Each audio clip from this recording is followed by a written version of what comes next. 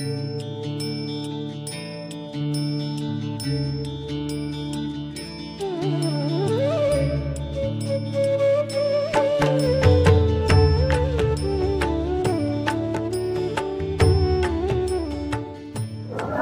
जैन श्री आत्म वल्लभ समुद्र इन रत्नाकर सूरी सदगुरु भाई नमा। मित्रों, आज हम आपको एक बहुत ही प्यारे और हमारे अपने एक शख्स से मिलाने जा रहे हैं, जिनका नाम है पदम जैन। दिल्ली निवासी हैं और इन्होंने इंद्रधन सूरी महाराज जी के साथ बहुत समय बिताया है और रत्नाकर सूरी जी के साथ भी बहुत समय बिताया है और गुरुओं का इनको बहुत स्नेह मिला है। ऐसे सुश्रावक हम पदम जी से विनती करेंगे आज कि वो हमें गुरु के संस्मरण के बारे में याद कराएं और इस बात को आगे बढ़ाते हैं। पदम जी जय जय जय जय। पदम जी, जैसे कि मुझे बताया गया है कि आप इंद्रधन महाराज जी के साथ बहुत लंबा समय आपने व्यतीत करा जी। रत्नाकर सूरी के साथ भी आपका बहुत लंबा समय रहा जी। और वर्तमान दीक्षाधिपति आचार्य विजय धर्मचंद्र महाराज जी के साथ भी आप जुड़े हुए हैं जी। और आप एक संक्रांति भक्त भी हैं जी। काफी समय से संक्रांति का क्रम आपका जारी है जी। तो बस सब बात हमको आज बताएं कि सर्वप्रथम तो आपने गुरुदेव इंद्रधन महाराज जी को कैसे मिले, रत्नाकर जी से कैसे आपकी भेंट हुई और इसमें आपने क्या क्या आपके अनुभव रहे वो अपने शेयर करिए हमारे साथ आगे जी।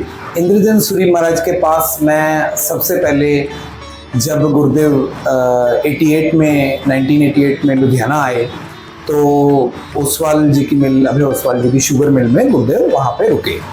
तो वहाँ पे मैंने पहली बार उनके दर्शन किए और मेरे को लाला धर्मपाल जी पट्टी वाले जो संक्रांति भक्त हैं वो पहली बार, मैं छोटा था तो मेरे को 8-9 साल का रहा हूँगा, तो मेरे को लेके गए रात को गुरुदेव के पास। तो मैंने पहली बार उनके दर्शन रात को वहाँ पे किए और मैं गुरुदेव के पास 10-15-20 मिनट बैठा। उन्होंने मेरे से बात करी और बात करी उसके बाद बस फिर आगे तो पता नहीं, बस मैं उनका हो गया और फिर उनके पास लगातार आने जाने लगा।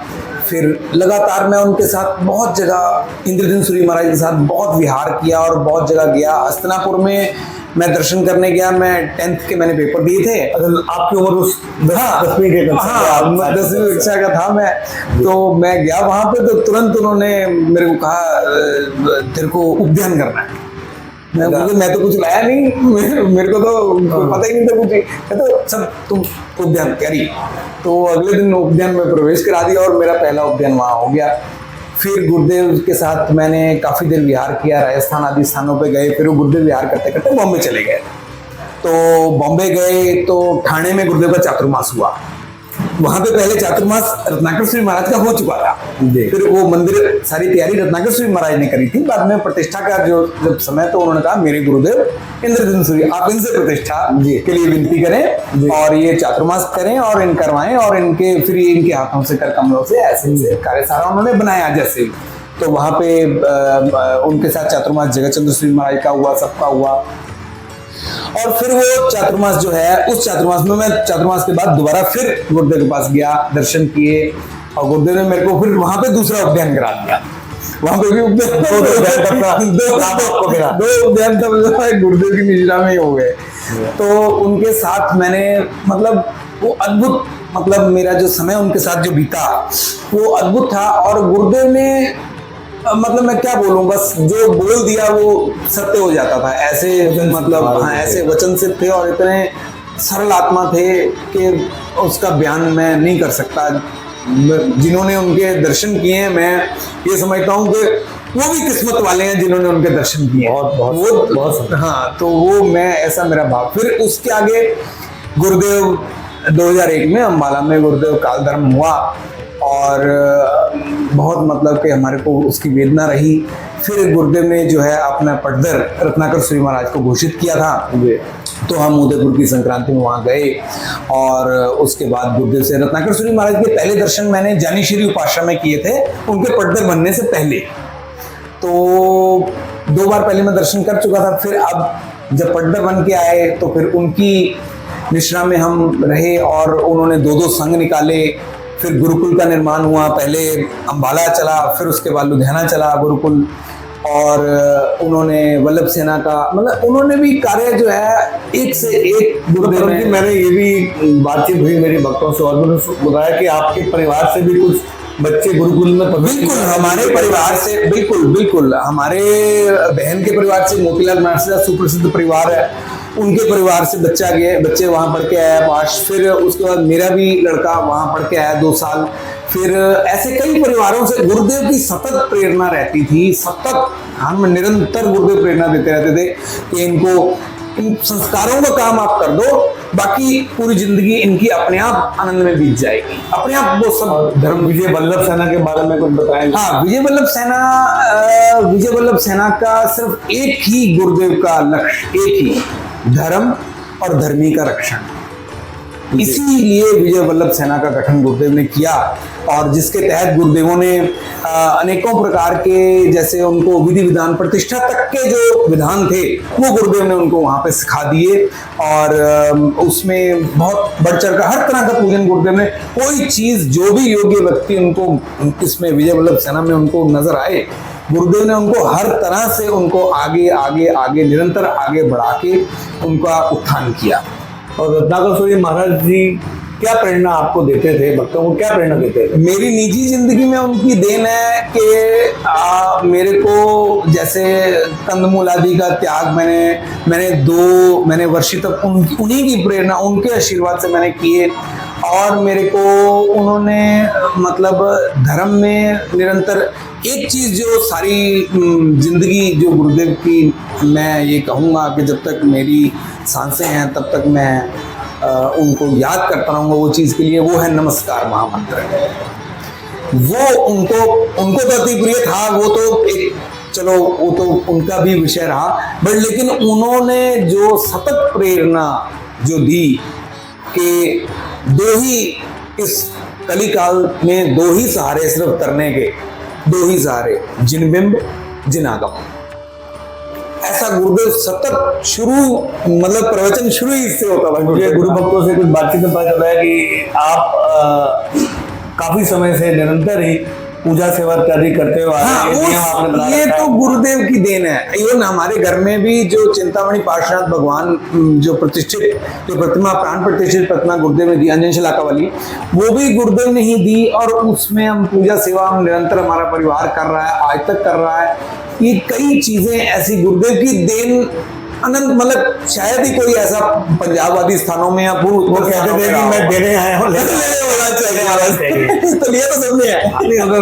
बहुत झोली भरी है सबकी। उन्होंने सबकी झोली भरी है। जैसा आप संक्रांति भक्त लंबे समय से रह रहे हैं जी। पदम जी, जी। तो संक्रांति भक्तों के प्रति क्या विशेष गुरु जी का रहता था? उनके लिए गुरु जी क्या कहते थे, क्या बोलते थे, क्या चाहते थे उनसे? देखिए, इसके बारे में कुछ मैं आपको बिल्कुल छोटा सा संस्मरण सुनाता हूँ। कलकत्ता में हम जब गुरुदेव यहाँ से संघ लेके कलकत्ता पहुंचे, और उससे पहले गुरुदेव शिखर जी पहुंचे, संघ निकला तो शिखर जी यात्रा हुई, तो यात्राओं के नीचे आए तो संक्रांति से 3 दिन पहले गुरुदेव का स्वास्थ्य थोड़ा सा नरम था, तो हम लोग वहाँ गए। तो मैं वहाँ गया तो कलकत्ते से सारे जो ट्रस्ट थी, मैनेजमेंट ट्रस्ट थी, वो विनती करने आई हुई थी। तो विनती करने आई हुई थी तो हम लोग भी बैठे थे।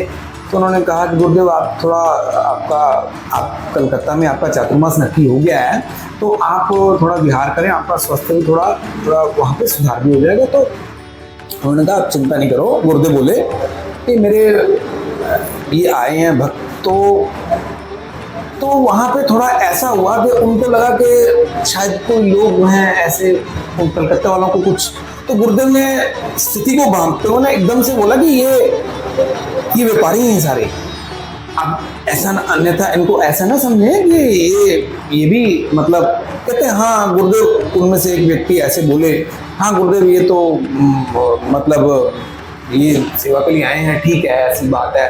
गुरुदेव कहते नहीं, आप शायद समझे नहीं है, ये अपना व्यापार धंधा काम धंधा छोड़ के आए हैं।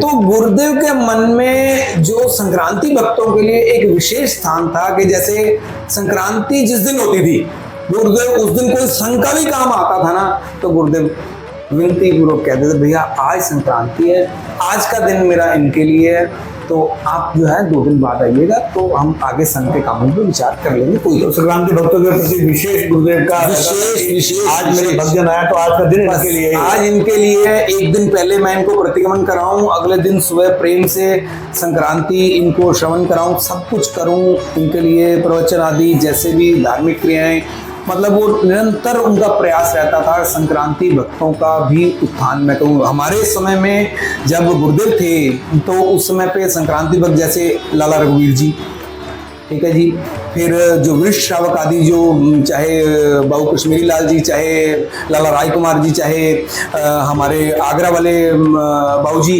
चाहे ये लोग जितने भी लाला सतीश कुमार जी, जितने भी अग्रगणी जितने भी श्रावक थे गुरुदेव के समय पे भी प्रतिक्रमण करते थे। और बहुत गुरुदेव को ये रहता था कि मैं मतलब धार्मिक क्रियाओं में सभी संक्रांति भक्तों को, आने वाले संक्रांति पे लोगों को सबको एकदम बिल्कुल निरंतर जोड़ दूं।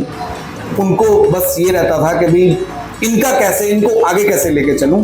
तो वही चीज फिर गुरुदेव के बाद गुरुदेव आए, अब वर्तमान गच्छाधिपति आए, तो गुरुदेव भी उसी प्रयास में रहते हैं सतत। देखो संक्रांति वाले दिन सुबह यंत्र पूजन करवाते हैं, स्तोत्र पाठ करवाते हैं, सारा एकदम बिल्कुल प्रेम से गुरुदेव सारा काम, जैसे गुरुदेव के वैसे ही प्रेम से सारा काम करते हैं, प्रवचन करते हैं, सारा दिन गुरुदेव अपना पूरा वो दिन जो है संक्रांति भक्तों के लिए। जैसे अम्बाला के बारे में तो आपको पता ही है, गुरुदेव अम्बाला में काफी कार्य करा है, गुरुजी की समाधि का निर्माण कार्य भी किया, उसके बारे में संस्मरण कोई आपको याद हो? गुरुदेव मैं आपको रत्नाकर श्री महाराज का एक छोटा सा संस्मरण बिल्कुल मैं सुनाऊंगा। गुरुदेव ने मतलब एक बार हम गए तो अब जेठ का महीना तब थी, तो गुरुदेव बाहर को मतलब सामान सारा देख रहे इधर उधर व्यवस्था में गए। गुरुदेव नहीं तो बाहर कहते अरे ये समाज का पैसा लगा हुआ, मेरे को उसका जवाब देना पड़ेगा, ऐसा नहीं है, मैं बिल्कुल भी एक भी चीज इसकी इधर उधर व्यर्थ नहीं जानी चाहिए। तो इतना मतलब गुरुदेव का ध्यान रहता था। फिर वहाँ पे एक ट्रक वाला था, वो भी थोड़ा मतलब सामान रखता था, तो गुरुदेव ने उसको भी थोड़ा अपने जोर से, अपने बल से गुरुदेव ने उसको हटाया वहाँ से कि भैया ये मेरे गुरुदेवों का स्थान है, तुम इस पर ज़्यादा वो मत करो। तो वो आगे से बोला, तो फिर उसके पिताजी आ गए उस सरदार के, तो गुरुदेव ने कहा कि भाई तुम कैसे, तुम सरदार हो, गुरुओं का तुम्हारे को पता नहीं कैसे मान मर्यादा, जब मैं बोल रहा हूँ तुम्हारे को कोई स्थान मेरे गुरुओं का और मेरा यहाँ पे होने वाला महोत्सव, तुम उसके बाद जो करना कर। तो वो बहुत एकदम से उसने गुरुदेव को बहुत एकदम से उसने गुरुदेव की बात को माना, अपने सिर पे एकदम से वो बात रखी। तो ये चीजें जो थी, ये अम्बाला में ऐसी कई अनेकों घटनाएं हुई, जिसकी वजह से ये जो है ये गुरु भूमि ही बन गई है। इंद्रदेव सूर्य की भी यही भूमि है और रत्नाकर सूर्य जी की भी यही भूमि है, कर्म भूमि भी उनकी यही रही है।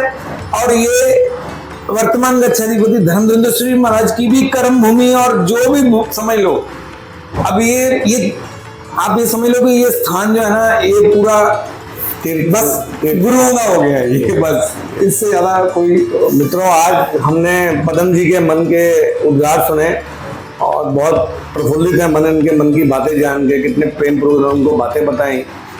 तो मित्रों, बस एक विनती और विशेष मैं पदम जी के परिवार से करना चाहूँगा कि सबको ज्ञात ही है, जैसे कि आगामी 1 तारीख को हमारे प्रिय परम पूजनीय प्रातः वंदनीय श्रीमद रत्नाकर सुरेश्वर जी महाराज साहब जी की मंदिर की प्राण प्रतिष्ठा होने जा रही है। तो आप सबसे विनती, आप सब अवश्य में पधारें, अवश्य शोभा बढ़ाएं जी। तो मित्रों, आज इतना ही, फिर आगे बात करेंगे। और ये जो श्रृंखला हमारी चल रही है संस्मरण की, इसको आप DD सूरी चैनल के माध्यम से और संदेश चैनल के माध्यम से और औसत के माध्यम से देख सकते हैं, सुन सकते हैं। जय जगन्नाथ।